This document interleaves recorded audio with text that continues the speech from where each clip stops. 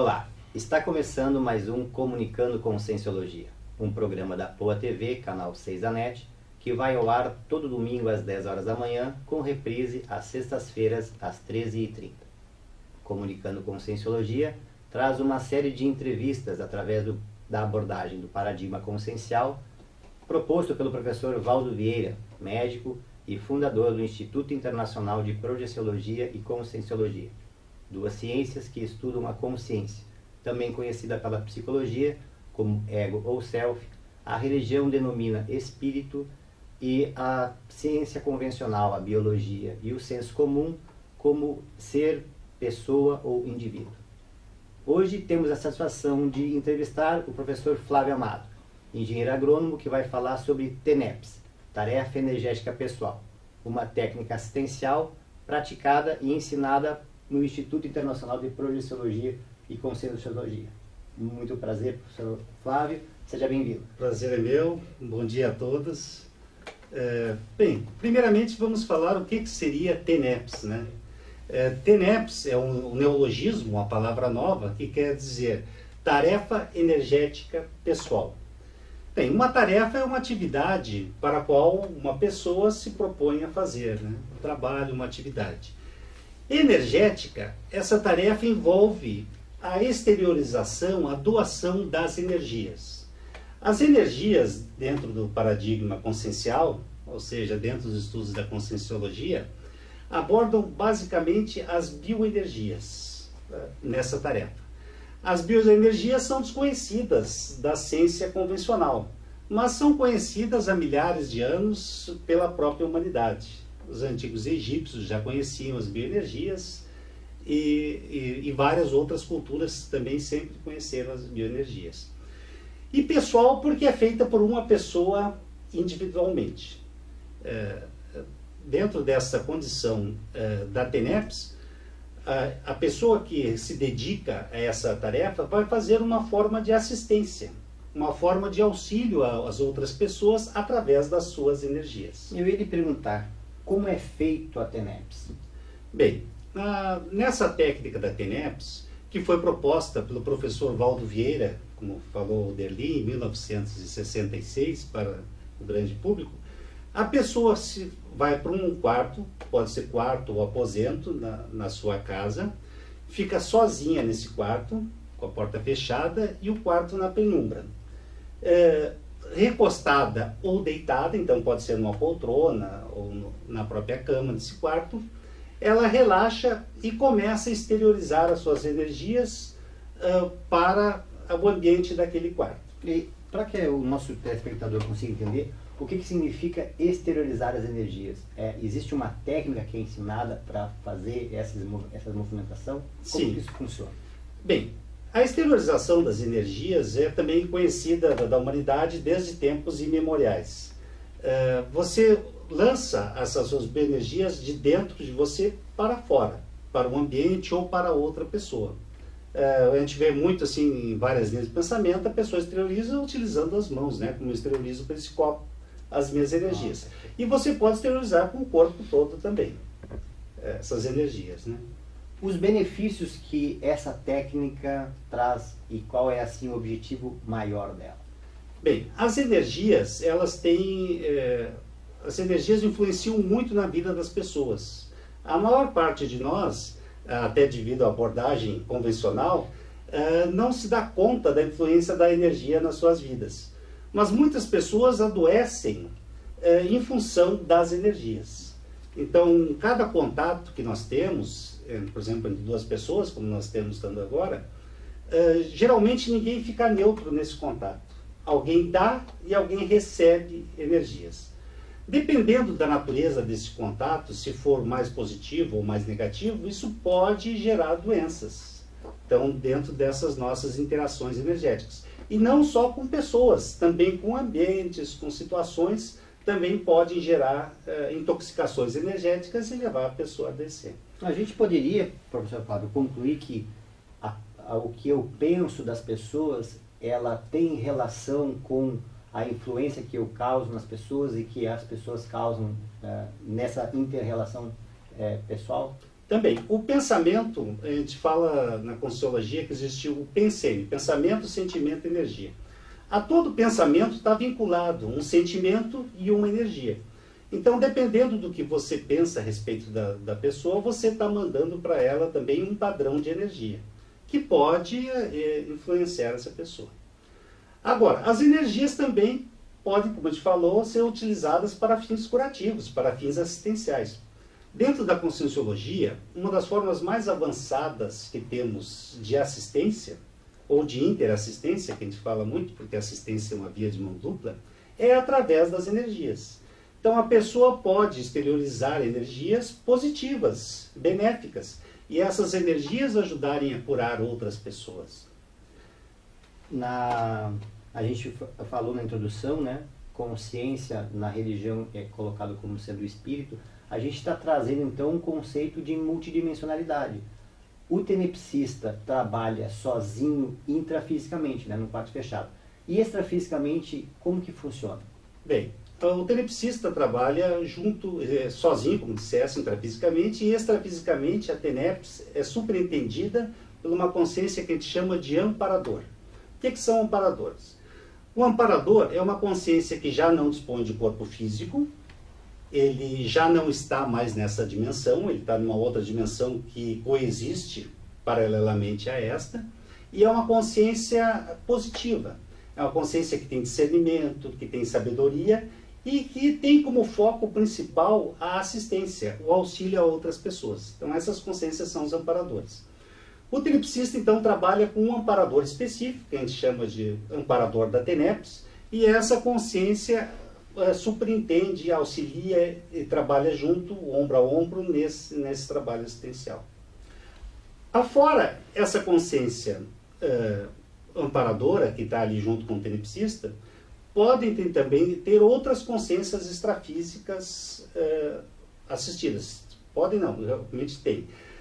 Pode ter consciências extrafísicas doentes, que estão necessitando ajuda. Pode ter o amparador da própria consciência extrafísica doente, e pode ter consciências que ainda, como eu, como você, ainda tem corpo humano, mas estão ali projetadas. Elas estão durante o estado do sono natural, a gente acaba saindo do corpo, através de um outro veículo, que não o corpo físico, né?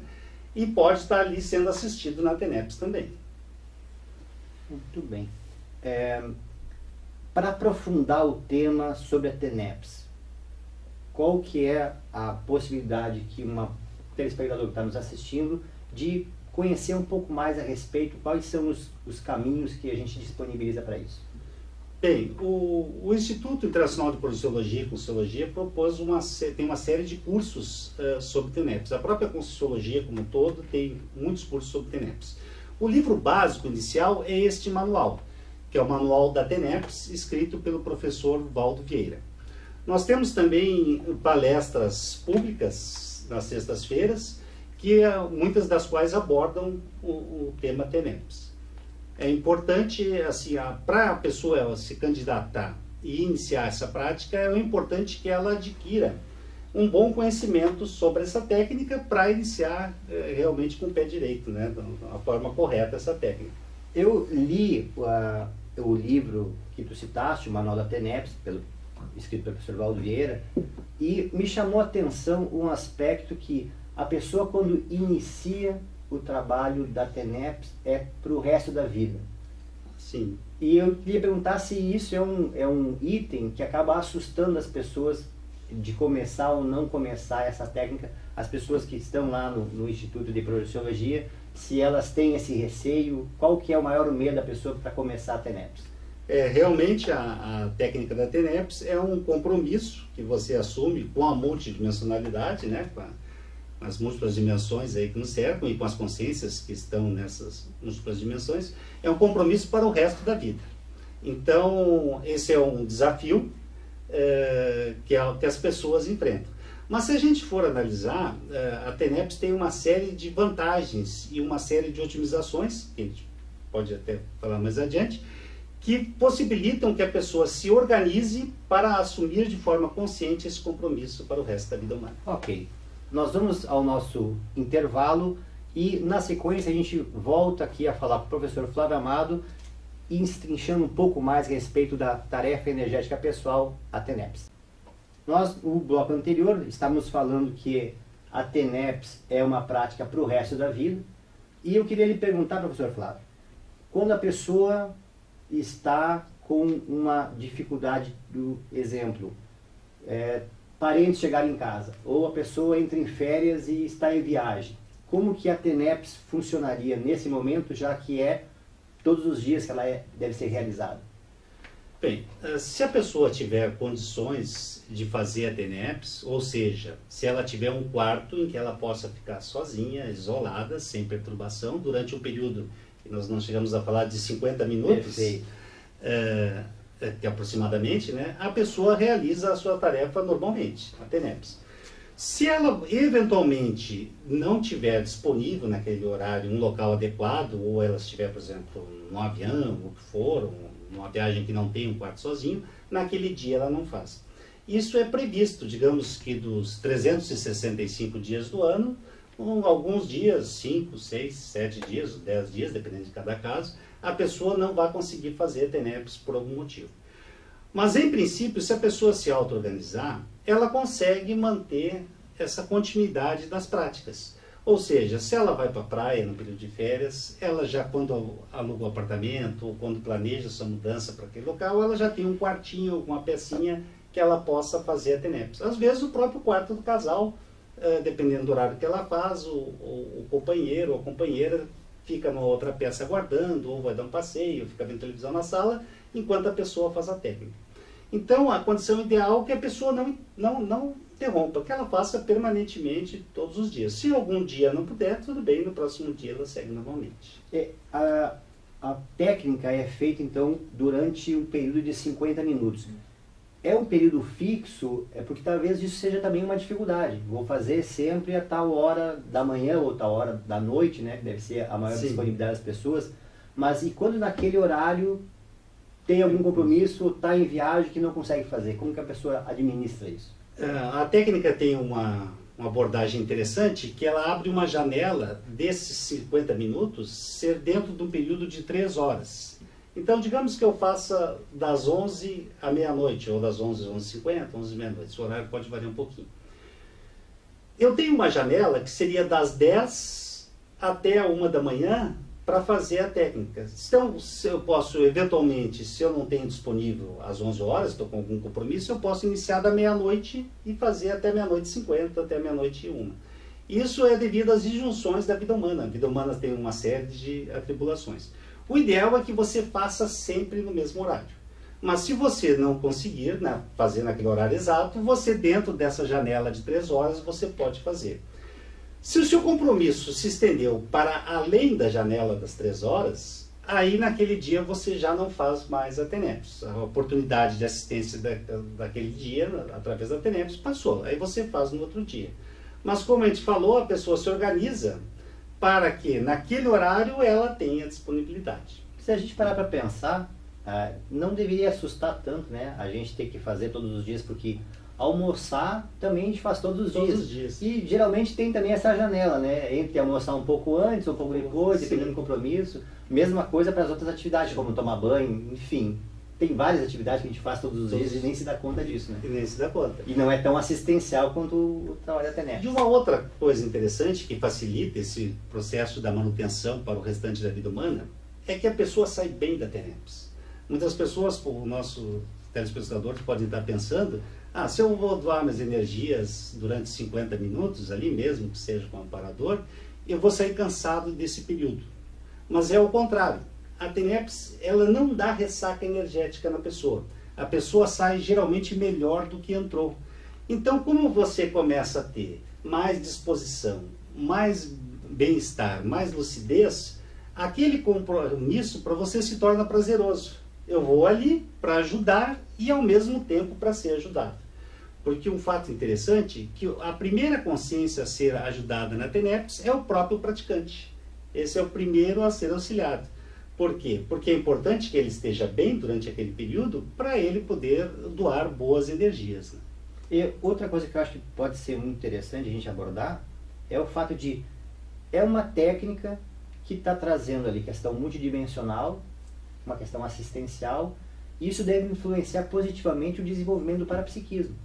Eu penso que o iniciante da TENEPS, no decorrer dos anos, deve estar fazendo uma qualificação para que o parapsiquismo, a clarividência, a clareaudiência acabe se instalando de uma maneira mais prática. Isso é verdadeiro? É verdadeiro. Ocorre uma evolução constante durante a prática da TENEPS.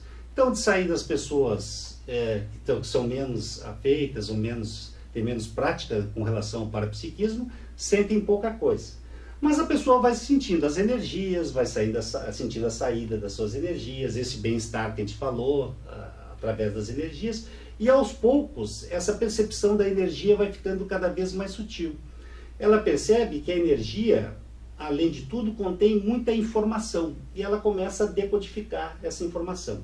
Saída pode ser um flash de algum rosto, algum flash de alguma situação, pode ser, como tu falaste, escutar alguma coisa, uma clareaudiência, escutar, olha, escutei durante o período da TENEPS tal coisa, e aos poucos vai se ampliando o parapsiquismo dela. Cada vez ela fica mais perceptiva na TENEPS. Isso é um fato interessante com relação à TENEPS, que diferencia de outras práticas assistenciais, que o ideal é que a consciência tenha cada vez maior percepção. Não é aquela ideia de que a pessoa fica apagada, sem percepções e não perceba nada. O ideal é o contrário, que a pessoa cada vez vá percebendo mais coisas. E professor Flávio, é comum no início a pessoa ter muito contratempo? Por exemplo, decidi que vou iniciar a TENEPS a partir do mês de janeiro. Aí chega próximo do mês de janeiro, eu ganho muda o horário do meu trabalho, ou tem um processo mais que dificulte iniciar. Tem uma dificuldade inicial, ou a pessoa decidiu, aquilo é tranquilo e segue um rumo tranquilo? Bem, como a gente falou que a TENEPS é uma tarefa pessoal, né? Esse cara especialmente é bem pessoal.